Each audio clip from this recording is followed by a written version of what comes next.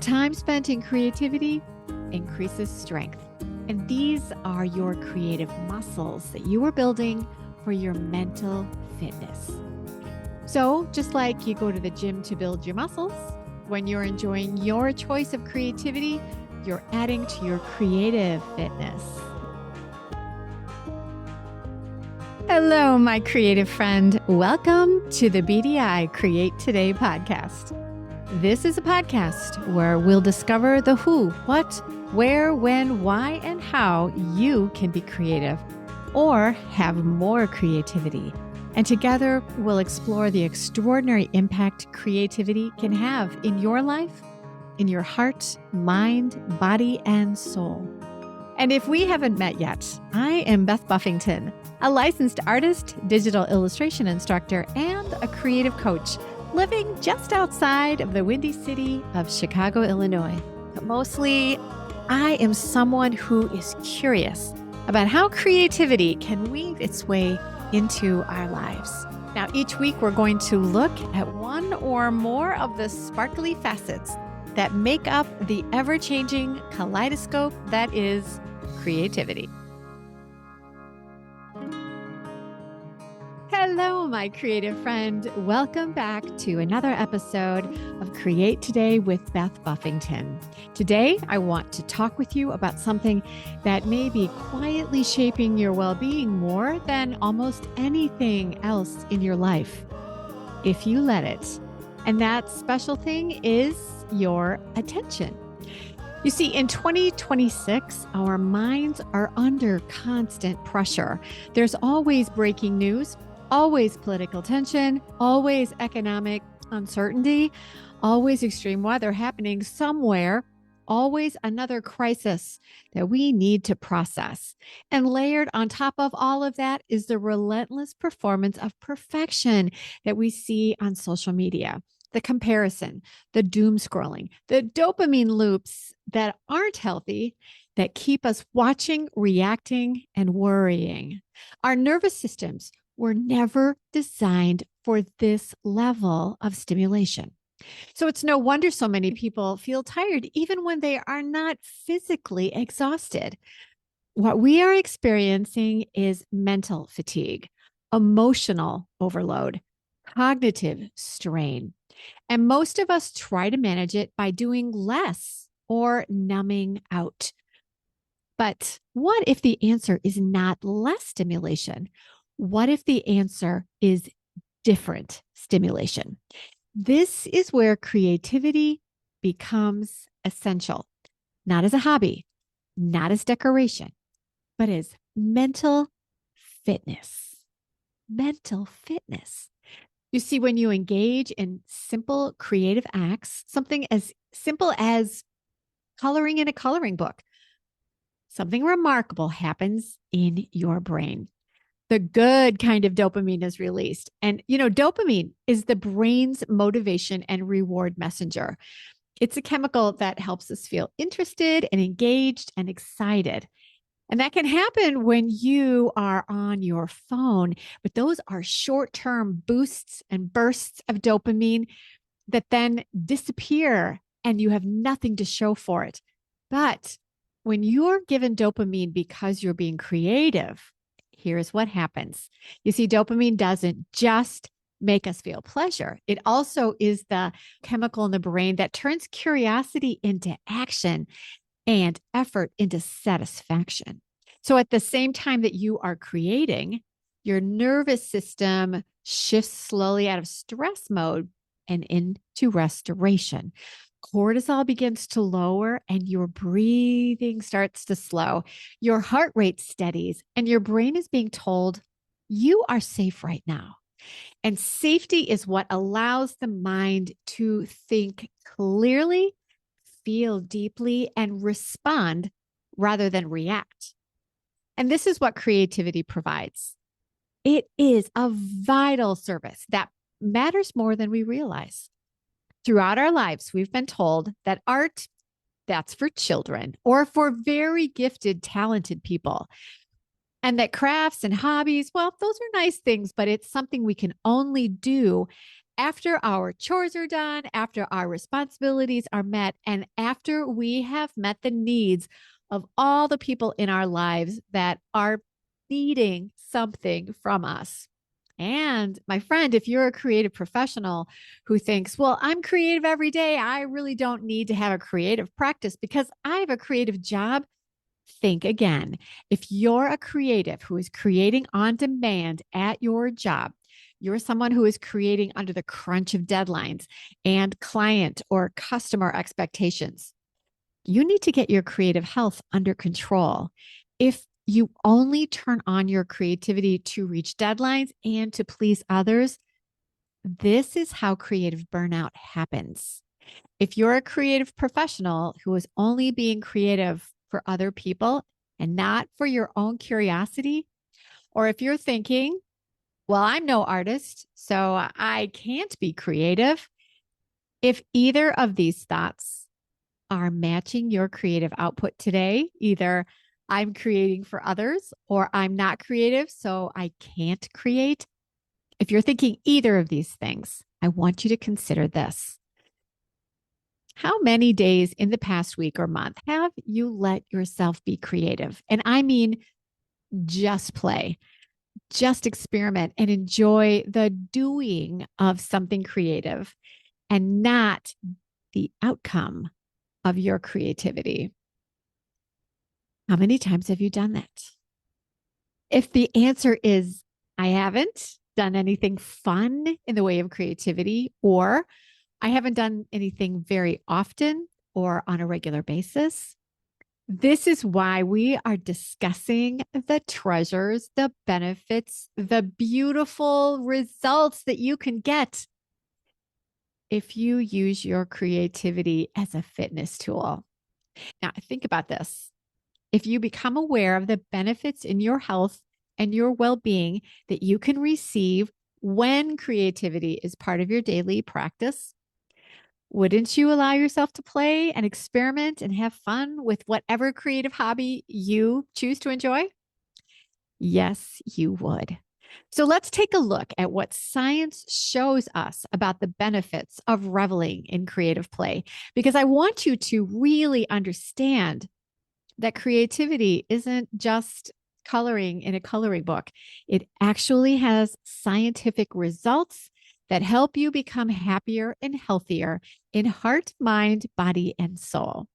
So, when you have a repeated creative practice, my friend, your brain changes for the better. You actually rewire your brain to reduce stress and anxiety through your creativity. This process of rewiring is called neuroplasticity. You see, the neural pathways associated with emotional regulation, problem solving, and positive mood, they become stronger because they become new paths that you start to travel over and over and over again. And because creativity will help with emotional regulation and problem solving and boosting your mood, this starts to happen because you have made your creativity consistent. In other words, you're training your mind to do good things for your well being. Just as movement trains your body to get stronger with enhanced muscles, creativity trains your emotional and your cognitive capacity in the same way. So now that you are aware of these facts, let them give you a reason to lean towards incorporating daily creativity into your life. When you allow creativity into your life, you become happier and healthier. And my friend, talent is not a requirement. No one needs to be good at walking or running or dancing to benefit from movement, right? And so no one needs to be an artist or good at art to benefit from creativity. The doing of whatever it is you're creating, that's the magic. You see, in a world that constantly fragments our attention, creativity restores our focus. News and social media keep us in a state of urgency, and creativity brings us into a calmer state of being present so we can appreciate and celebrate the goodness of this moment. Doom scrolling accelerates the mind's activity and increases cortisol. Taking time to do anything creative slows a racing mind, and this reduces cortisol. And this slowing, it's not a weakness. It's not letting go of ambition or productivity. It's regulation. It's like gathering and steadying the reins of a horse that has been galloping out of control. When you become in control, you can steer yourself to where you need to go. And taking time for creative play, this is time away from breaking news and politics and social media. And it's important to realize that taking time out of your day for creative play, it's not escape from the world. It's gathering strength and endurance to deal with the dumpster fires of the world, because creativity builds stress tolerance, emotional flexibility, empathy towards others, attention control, resilience, and a heightened capacity for embracing joy as it happens. So, time spent in creativity increases strength. And these are your creative muscles that you are building for your mental fitness. So, just like you go to the gym to build your muscles, when you're enjoying your choice of creativity, you're adding to your creative fitness. And having creative fitness, it is just as important for your overall health and well-being as having an impressive six-pack. Now, before we go further, let me take a moment to explain the creative services that I offer outside of this weekly Create Today podcast. I have 2 memberships that are curated to meet you wherever you need to strengthen your creativity. First, I host Silva's Sessions. This is a creative wellness membership that I co-lead with Lisa Murphy, a healthy aging coach. Silva's Sessions is a space where we explore how creativity supports well-being, not just mentally, but emotionally and physically. If you're curious about understanding your well-being through creativity and movement and good nutrition, Silva's Sessions could be exactly what you're looking for. And if you're a creative professional who wants to build a creative business that also increases your confidence and reduces your fears about imposter syndrome or comparison paralysis, you are the perfect candidate for my Create Today membership. This is a band of creatives who are building their creative businesses through guidance and advice about reaching their creative goals. And you receive coaching to increase your confidence so you can showcase not only your beautiful creativity, but also feel pride in your qualities as a creative who deserves your time in the spotlight. If you have a question about which membership you should choose, let's talk. Email me and we will set up a time to have a chat. Now, you're going to find information for both memberships and my email in the show notes.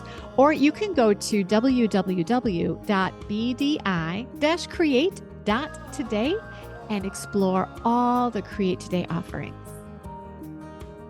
Now, if you're thinking, I want to build my creative mental well-being, Beth, but I'm not quite sure how to begin, I am here for you, my friend. Let's break down what it means to have a daily creative practice that will boost your creative strength and your well-being. First, here's the good news. You do not need hours each day. You need moments. And you don't need loads of talent. You only need curiosity. And you don't need a lot of expensive supplies. You can use what you have on hand. And if you're a repeat listener of the Create Today podcast, you will know that I love a good list. So I have prepared a list for you today about how you can add daily creativity to enhance your creative fitness. So here's what you need to know and what you should do. First, choose when you will do your creative moment.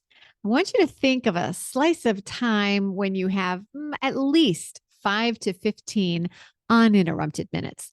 You can make this more time as long as whatever you've chosen to do can easily be repeated each day. So you need at least 5 minutes. Think of it like an exercise. If you only have 5 or 10 minutes to exercise, that, my friend, is better than nothing. And if one day you have an hour to exercise, well, that's great. But the most important thing is that you're keeping your workout regimen consistent. That is what is vital. Same thing applies with your creativity. Allow yourself time. And if you have trouble giving yourself permission to take this time, I want you to schedule your moment in your calendar. That will make your creativity seem more like an important appointment that you shouldn't miss. It's like adding a hair appointment or a dentist appointment to your calendar. If it's there in your calendar, you'll remember to go. So schedule your time in your calendar and then let yourself take the time you've set aside. And number two, during this creative time that you've set aside, your only job is to create something, not to perfect it, not to share it, not to finish it. Just engage and enjoy the doing of whatever you've chosen to enjoy. Number three, choose what your creativity will be. This could be so many things. Here's just a few ideas. You can doodle or you can sketch. You can color in a coloring book or paint by number. You can garden. You can dance or sing or play an instrument. You can write a short story or poem or journal. You can sew or quilt. You can carve or build things with wood. Cooking, you can do this as long as it's with creative intention, like trying new recipes or enjoying the act of slicing and dicing, mixing or sauteing. Or choose whatever your creative pastime might be. I've had people tell me that making spreadsheets is their creative passion. And that works as long as it's something that you cannot wait to do and that you give yourself time to do every day. It's important that you enjoy what you have chosen. So don't journal if you're thinking, I should journal. This is not a I should project. It should feel like a moment of release, of escape, of play, not a task that needs to be ticked off your to-do list. Okay? Shouldn't be, I have to do laundry and I have to be creative, right? Should be something you cannot wait to do. And be mindful. If you only have 5 to 15 minutes, be sure that this is an activity that you can start and stop without a lot of cleanup. I want your time to be spent being creative, not cleaning up the mess you made. Okay. So if you're going to do something that needs setup and cleanup, reserve a little more time to allow for that on the front and the back end. So ask yourself, can I do this daily? And then make that a plan. Make it reasonable so that you'll be more apt to do it consistently. Number 4, pair the timing of your creativity with an existing habit or a routine or a ritual. This is going to make it easier to incorporate into a daily habit. So let me explain what I mean by this. So think about doing something creative after or during your morning coffee. So you could journal or you can sketch or doodle while you're drinking your coffee, right? Or think of something that you can do as soon as you get home from work. Have that space reserved and sit down and do a little embroidery or do a little paint by number. Or it's something you could do right before you go to bed. Maybe this is something that's going to help settle yourself down before you fall to sleep. What might that be? Could be working in a coloring book. It could be a nighttime journal. That could be a great time to do that. Or it could be something that you're going to do during your lunch break. So that will be something if you're at work that you're going to need to be able to pack up and take with you and start doing right away so that you don't waste your valuable lunch break time. What might that be? Could be some knitting or a crochet, or it could be a drawing in a sketchbook that you bring with you. Whatever is going to be something easily attainable and workable during your lunch break. See, when you pair your creativity with an existing routine or a ritual, you're more apt to keep that daily practice on a regular basis. And that is where the benefits begin to increase your well-being. Consistency is key. Number 5, give yourself the grace to allow your creativity to become part of the rhythm of your day, which means you don't want to think of your creativity practice as an extra task tacked onto your day or something that you'll do if there's time. So you're not adding to your to-do list. You're escaping from your to-do list to be creative. Number 6, and most importantly, I want you to protect this time from the noise of the world and your inner critic. So this means while you're being creative, no news, no screens, no scrolling, no comparison, no judgment. This is your time. Give yourself the time to just revel in the bliss that your creativity will create for you each day. And 7, release the need to be good at whatever it is you are doing. My friend, I just want you to have fun. I want you to play. Remember, this is not a performance. It is not about perfection. So just experiment and think, what happens if I ... and be brave enough to see what happens. If it's a hot mess, that's okay. Did you have fun doing it? Yes? Then that was successful. Number 8, consistency matters. That's what matters, not the outcome of what you're working on. You are not creating for a deadline. You're playing. You're not making a gift. You're experimenting. You're not waiting to see what the outcome might be like. That is not what you're working for. You're just playing. If you come to your daily practice thinking that you need to reach for a satisfactory result, that will add stress. And we don't need that. That's what we're getting rid of. The benefits to your well-being happen when you play without the worry of results. And always remind yourself, my creative practice is not a distraction in my day that is keeping me from being productive.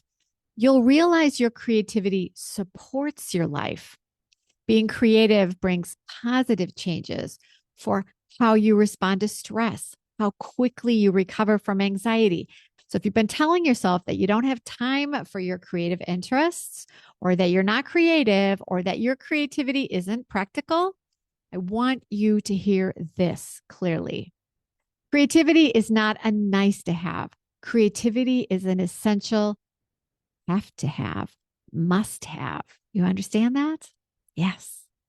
In a world that asks so much of our minds and distracts so much away from our brain's focus, we need to be able to cope. And creativity is how we will stay healthy and saner in heart, mind, body, and soul. So, what will you create today and tomorrow and the next tomorrow? I want you to take a moment and make a list of what you might like to create today. And I want you to make a pledge to play creatively each day. Make that a pledge and get it in your calendar. And I want you to also remember that it's okay to experiment with your list of what you choose to create daily. Keep experimenting until you find something that you can just hardly wait to do each day. And feel free to change up your creativity if you begin to feel a little stagnant with what began as creative excitement. There's so many creative options to explore in this world, so feel free to play and look around and experiment. And if you, my friend, are a creative professional, remember, you need to play too. You need some creativity that is not related to your clients, your customers, and the deadlines that plague your creative wellness. And remember, if you need help with guidance on your creative wellness or your creative business, I am here for you. So get out there. I want you to play and experiment and release your creative juices and have fun. My hope is that you'll truly grant yourself the permission to create today and create every day. That's where creative wellness will blossom and help you become happier and healthier. And when you allow yourself the pleasure to enjoy a jolt of dopamine daily, it will become easier for you to stay creative, my friend.